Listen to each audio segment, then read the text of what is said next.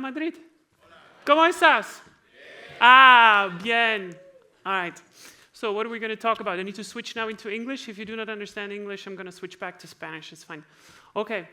The next 30 minutes. Wow, the screen is big. This is really good. Okay, the next 30 minutes. What are we going to do? We're going to look into what is product-led growth and sales-led growth. Then we're going to talk about a guy called Gary and what his problem is. Then we're going to talk about product-led sales. And then I'm going to tell you how to get rid of Gary. This will make sense afterwards. At this point, everybody who is in sales is a little bit pissed off.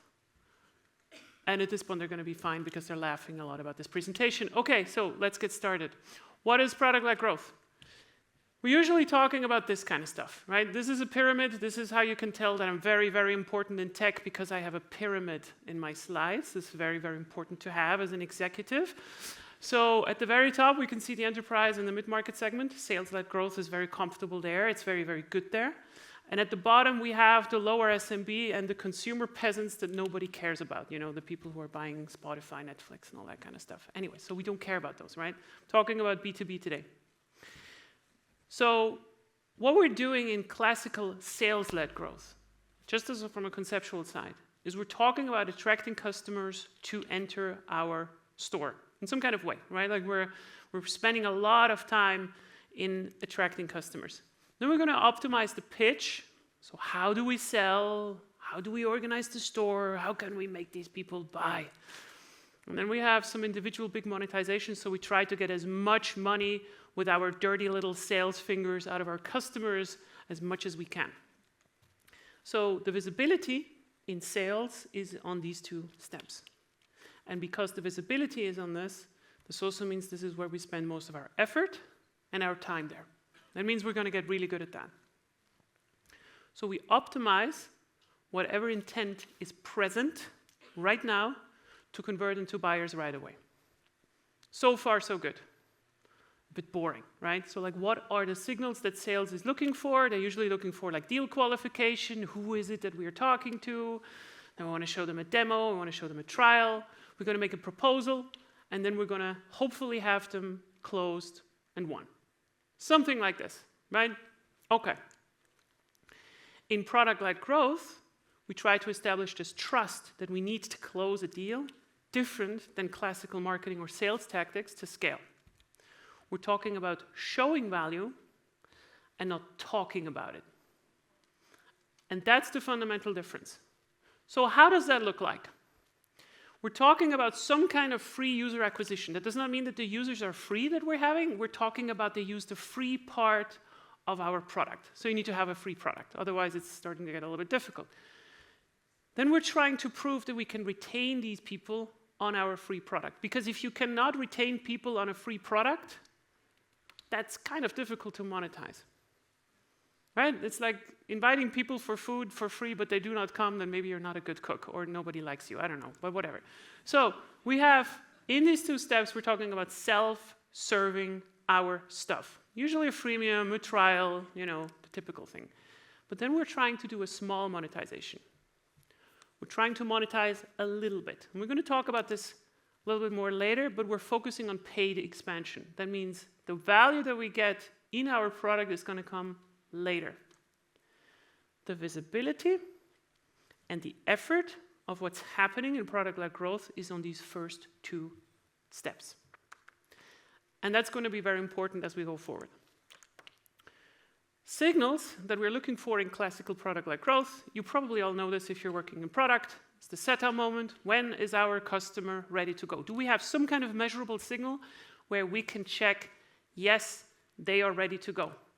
Next one is the aha moment. When did they experience us? Is there some kind of moment in the product where we can say, yes, now they understood what we are offering? Is it when they are done driving the car? Is it when they get into the car? Like, what is it, right? So like, whatever that moment is. We have some eureka moments. When are they delighted? This is the stuff that you talk about with your friends about. Did you know my car can make coffee? Something like this, you know, like something crazy. I mean, don't invent now a car that makes coffee. That's not the point. Then we have some habit moments. The habit moments is some kind of a combination, right? Like, When do we know that someone has formed a habit? When can they not live without our product anymore? It's less about one signal, it's more about how many signals we have in a specific time span. And then we're also looking into what does it mean for someone to recommend our product. And all of this that I just told you about is happening before we ideally monetize the customers. In some companies, this happens earlier. In some companies, this happens later. For instance, so how does this feel like? Let's say you get a PDF that you love. So the tax government is sending you some kind of document in a PDF, right? And it's too big because you earn too much money, right? Like there's too many numbers on it, of course. So you want to compress it. So you go to Google, you type in, hey, I need to compress this PDF because I would like to share my taxes with my mom. You see a result, and it's compressing PDFs on small PDF. You click on it, you get a drop area, you drop the file, and then you can download it. What has just happened? What happened is that in the back end of small PDF, we have marked you the moment when you dropped your file that you are ready to go. You have passed the setup moment. We also know when you downloaded it that you have passed the aha moment. Because the aha moment for small PDF is when you change the document, you uploaded, you changed, and you downloaded the document, then you have understood what small PDF is about. And we knew from data that the time between the setup moment and the aha moment, the smaller it is, the faster, the better, the more likely the customers are going to spend money. And in our case, it meant that we did not even ask for a registration. Pretty crazy. Giving away all this stuff for free. So far, so good, right? So this is the boring stuff. So if you're thinking about it in this way, I don't want to bore you too much about the details on this, but the signals at small PDF were, did you upload a document, setup moment, aha, did you download a document, eureka, did you use multiple tools on a document, and the habit moment, did you process more than 20 documents per month, and so forth, and so forth. And all of this was a cycle, because we knew the more we allow people to do this for free, the more likely they're going to attract new people at the very start that are going to go through the same cycle. So far, so good. So in classical product-led growth, we acquire, we activate, and we sell over the product. In classical sales-led growth, we acquire, we activate, and we sell over, who knows the answer? Gary. This is Gary. Gary has promises. Gary is the guy from sales. And he's the guy from sales that goes to all of our clients and is telling them about features that we did not even build yet, but he pretends that we did. So he makes everyone miserable. So why does Gary do that? Gary does this because Gary has this shitty incentivization plan that the CEO signed off on at some point, or the CRO, that tells him to do so. And in the back, we have product and support that is completely miserable about all of this.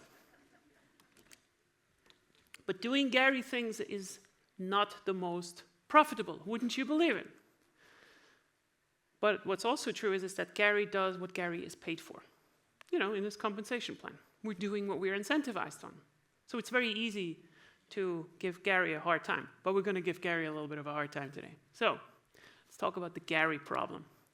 Is there anyone in this room that's called Gary, by the way? So far, I got lucky. Okay, good.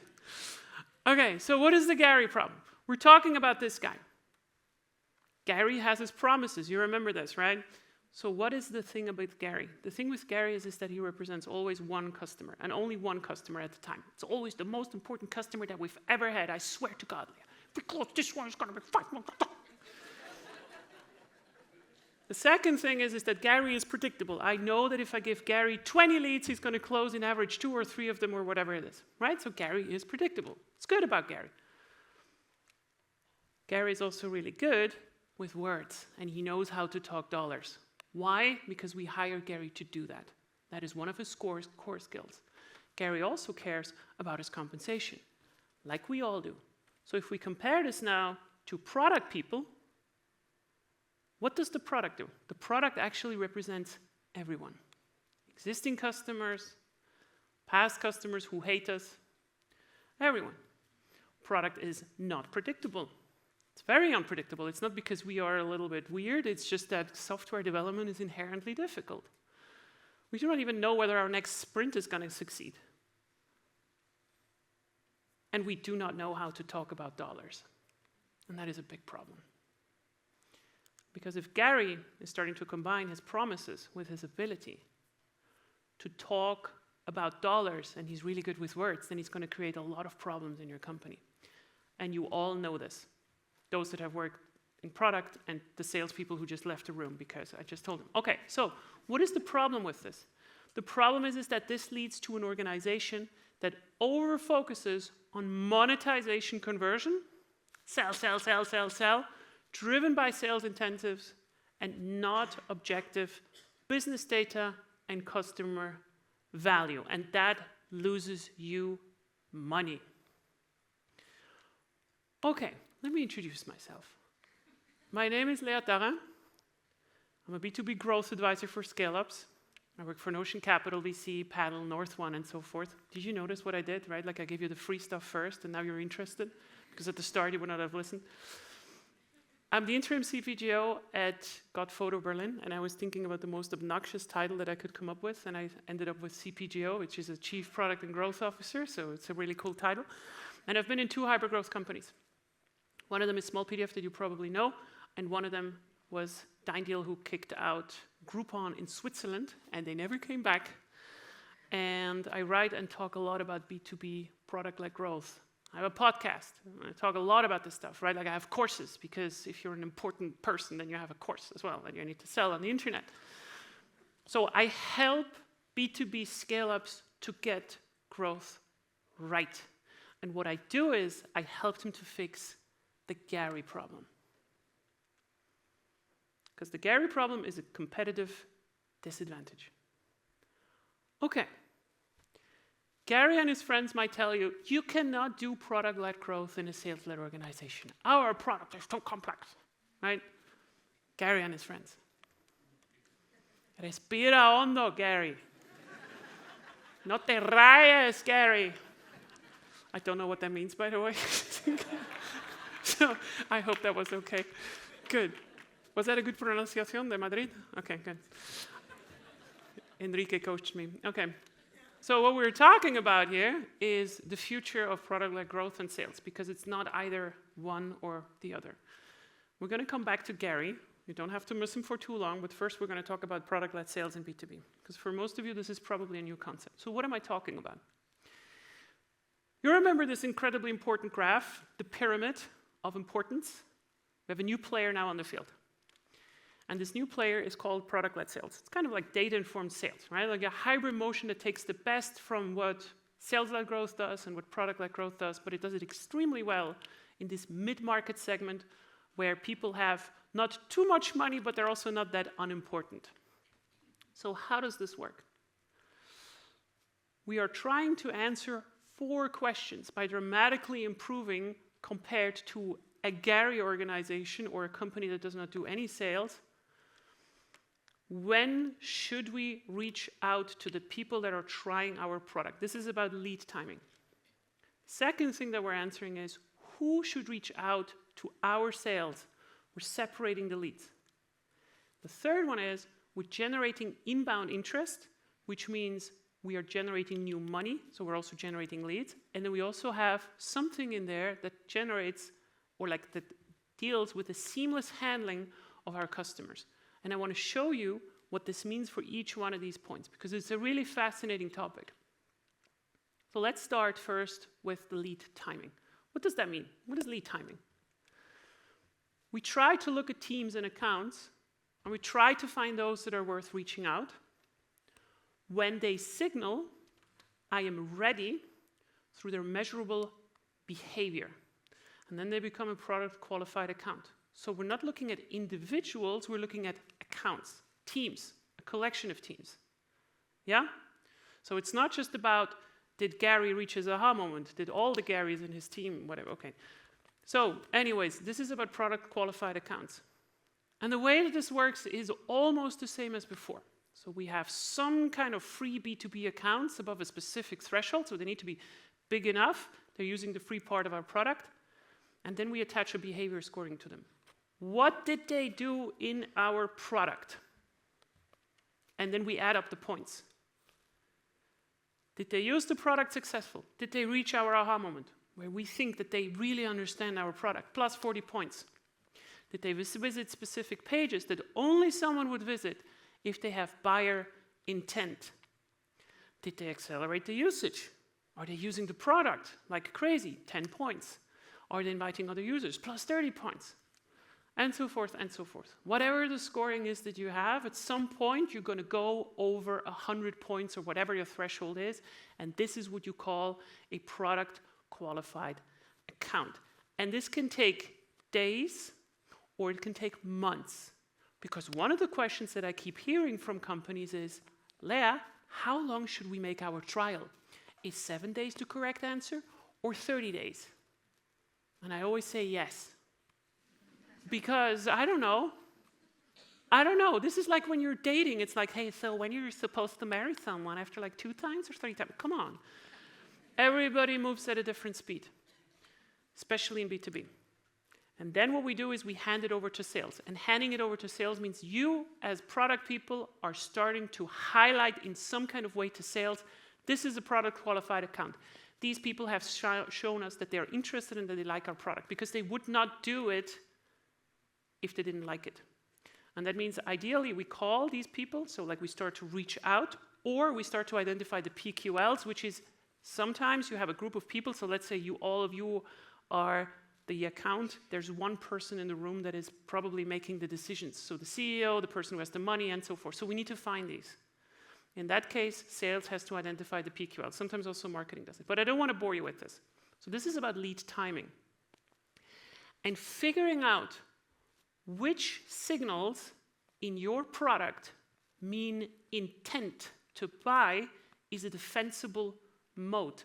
That means from the outside, it's impossible to see what you're doing, right? I can show you my entire product. If you do not know which signals that I'm looking for from the inside, then this is not going to help you as a competitor to copy me. This is how you stay ahead. This is how we know when something is going to happen. So for an example, Slack, very, very prominent example. When someone sends 2,000 messages in 30 days, we know with a likelihood of 94%, or 93, I don't know, I think I just inflated the number since Paris for 1%, that they're going to buy with us. Sometimes it's that simple. Okay, so that's on the lead timing. Now we're going to talk about lead separation. So what is lead separation? You're reading right. So who should reach out to sales? We're asking the customers. If you think about it this way, we have 2 silos. We have on the left-hand side, we have the product. We acquire, we activate, and we monetize over the product. And then we also have the sales-led side on the right-hand side, where we also activate, acquire, and monetize over sales. And what that looks like is that sometimes one of these peasants is calling our salespeople, right? And we do not want to have them on the call because they're a one-people company, but they're calling them anyways. So what we do, of course, is we hand them into the product. We say, like, hey, you can go on the website, you can serve yourself, but I'm not going to give you the sales treatment because you're just not worth that much. Aside from them taking that very personally because it feels like they just broke up with them, what we are trying to do in product-led sales is we also try to understand the other way around. So if you have people in your product where you know they're starting to be valuable, then as I just showed you, we're trying to highlight them for sales. But what we also might do is we might actually funnel people who are not that valuable, just in terms of the size of the account or whatever it is, we hand them back to the product. How does that look like? It might be that specific people do not see contact sales on the top right of your website. And they don't know about that. We just don't give them access to sales that easy, right? So the third point on this is lead generation. So how can we generate more leads with product-led sales? Your self-serve funnel can create deals for your sales pipeline which you might not be aware of. For instance, let's say you have multiple teams from Microsoft using your product, and they have never heard from each other ever, right? Like a lot of you are probably a product that is easy to use for one single team. This is the moment where you start to gather them together and you go to one level higher and you say, hey, we've been noticing that a lot of your teams are using our product. Can we make you an offer? Can we make you an offer that you are actually, you're getting the full suite and then everybody can actually work together on this? Very, very powerful. Another thing is that you will get deals that you would not get because of commoditization. Let me explain. It sounds very smart. It is also kind of smart. Okay. So what does that mean? If you're looking for a new solution in your life, I want to get a new car. 20, 30 years ago, you had maybe the choice between 2 to 3 cars, depending on your budget and so forth, right? Nowadays, you have 12 cars, 15 cars that are exactly in the way that you can go. Do you really go and try out the cars that are really hard to test? Where it's really difficult to organize a test drive? No, you're not. Why not? Because there's enough other cars, unless you want to have a very, very specific car. But the thing is, this is not about the product. This is about how easy your product is to test. So specifically, a commoditized market means there's a lot of competition. This is where this starts to matter. And if your product is easy to test, that means you will get people into your funnel that you would not have gotten otherwise. That's why you need to make your stuff easy. That's why you need to think about product-led growth in this kind of way. Another one is that you can start to grab enterprise value before it is enterprise. What does that mean? We have at Got Photo a lot of photographers who are growing with us. I know 15% of our businesses that we have are substantially growing over every year and starting to become bigger. And someone that has started maybe with 1 person using it has now 5 people or 50. So your product better scales with it. It needs to be easy to use for 1 person, but also for 5. The upgrade needs to be easy. It needs to be simple to use for 50 versus 5, right? Like one is team view, then you maybe need to have admin accounts and so forth. So this is about grabbing expansion value. Why? Because if you serve these people well, they will never look for another solution and might become enterprise value before they were actually enterprise. Does that make sense? Right? Like we're growing the customers with us. And because if you're doing this, if you do have a free product, that means that you have more data, which leads to an easier product, which leads to a better conversion. Let me explain. If you remember this one, typically in a free product, even if you have an enterprise product, we have 10 to 100 times more free users than paid users to improve and validate all the crazy experiments that Leah was thinking about, right? So I can use all of these free users to make my interface better, to make the product better at the end of the line. This is why Salesforce looks like shit in 2024 still, because it's extremely hard to test with a lot of users and just historically has been growing into this huge monster. Hope no one is here from Salesforce and not called Gary as well. Okay. The 4th one is lead handling. Think about this. If we take the behavior data from how we activate and acquire our users, and we feed this into sales, then we have this. Someone is calling us, a customer, a prospect. They're coming in, HubSpot is saying, oh, this is this person, so we give the salesperson the typical things. Firmographics, how big they are, and so forth, the lead contact, like what is the number, and so forth. All of this is standard. Right? So like when you're calling, they see your information coming up.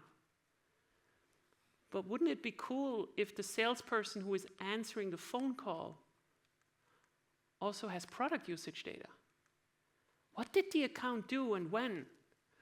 What are they struggling with? Not with support cases. I want to know before shit goes bad, whether something went wrong. And we also can surface the PQA scoring. How activated are they? What part of the product did they use? This is a completely different conversation.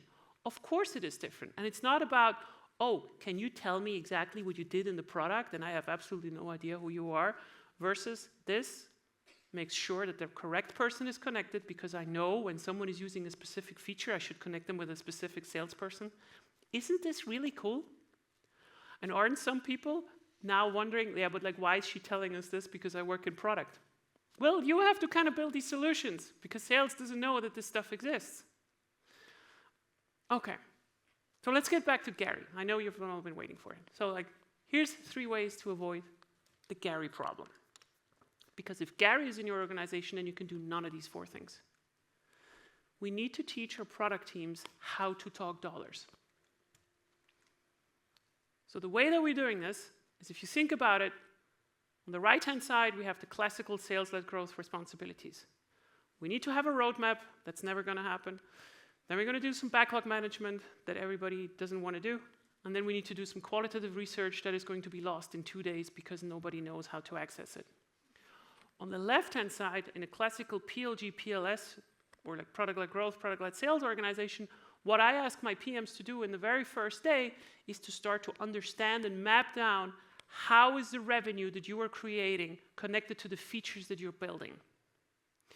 And I want you to understand exactly what you're influencing. Are you reducing churn? Are you acquiring new customers? And so forth. Because if you're doing this well, this means you know about business casing. It knows that you know about altitude mapping. It also knows that you do some go-to-market planning. It means that you are talking to marketing, to sales, you as product people, because then you're able to do the following. You're able to make statements like, we can adopt up to 500 customers over the next 2 years, driving 2 million in ARR and reduce churn by 2% per year with this feature, including research and data.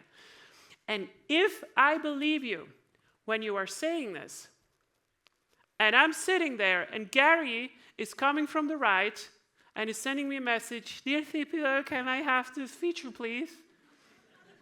Thank you, Gary from sales. It's a very important one for 20,000, and Gary can fuck right off. That is the difference. And I know it's funny, but it's also serious. You all should learn about it. Okay, second thing. Let's bash a little bit on sales. We also need to align our incentives for sales and marketing. So you can take a picture, send it to your CEO. We need to have long-term value sales compensation plans. How does this play out usually? We have clawback clauses. A clawback clause is if a customer churns within a specific time frame, the bonus of the salesperson is gone. It's the only language that works. If it doesn't work, here's another suggestion. Pick this up from Rich Mironov, great guy. We need to punish selling on promises. First time, your bonus is gone. Second time, you're fired. Sounds pretty good.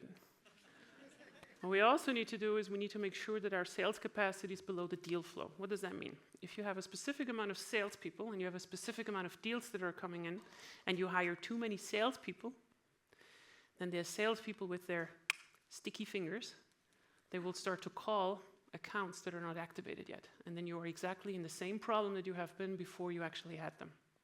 And that is a problem. That means your cost per acquisition, so the CAC, is starting to rise. So your unit economics start to not work out anymore. We also need to talk about MQLs, so market qualified leads, about ICPs, so important customer profiles who experience the product. Not those who pay, because in B2B it's very, very hard to attribute. Oh, yeah, this person there was listening to Leah's keynote and then they spent 2 million in our product on a 5-year contract. Yeah, right, that's not how it happens. So what we do in there is that we start to align them on the aha moment. So for instance, we ask the question, how many dollars does it cost me as a company per ICP that is reaching the aha moment? So how much money do I spend for an account to understand what we do in the product? That's good enough, because we know there's a specific percentage of those that are going to convert. Another important one, and the last one, is growth teams. And this is something that I think is not only going to be now a side note, but it's becoming a very dominant thing in product management in general. If you think about it this way, we have 3 silos traditionally on how we structure companies. We have marketing, they're promising something, we have product that is retaining hopefully, and then we have sales who's monetizing it. But there is no one really that takes care of this thing in between. And this is what we call growth, or product growth in that sense.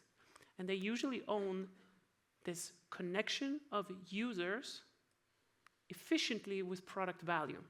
So for instance, the sign-up flows, the activation, the onboarding. Do we need to ask the specific question? Which questions do we ask? Should we ask for an email? Do we require an account registration or not? And they usually own the percentages. So how many people are going to go from visitor to trial? How many are going to go from trial to pro? And so forth. So they own the percentages. They do not own the absolute numbers, because that's marketing, right? Like marketing brings in a lot of the people. So finally, let's say you agree. Yes, Leah, we have listened to you. We have a plan. How do we get started? The number one thing, if you haven't done it yet so far, is to focus on your aha moment. What does it take for a customer to understand your product? Can you measure it? This is your core value. So you take this moment. What does it take to understand? You surface it to sales. This can be as simple as, hey, we're just sending a signal to HubSpot. This particular person has reached the aha moment. Whatever it is. And then we correlate to revenue. And that means out of this many leads that have reached the aha moment, we have made that much money compared to those that haven't. And then you will see there's something happening because sales is starting to see, oh shit, if we wait for people to reach the aha moment, then they make more money. Because modern product-led sales is about putting this customer success front and center. And then you end up with something funny like this. I don't care whether someone comes in through marketing, or whether they come in through sales, whether they bounce from here to here, and so forth. Because in the end, it's about the customer. It really is about showing value and not talking about it. And that's everything that I have for you today. Thank you very much.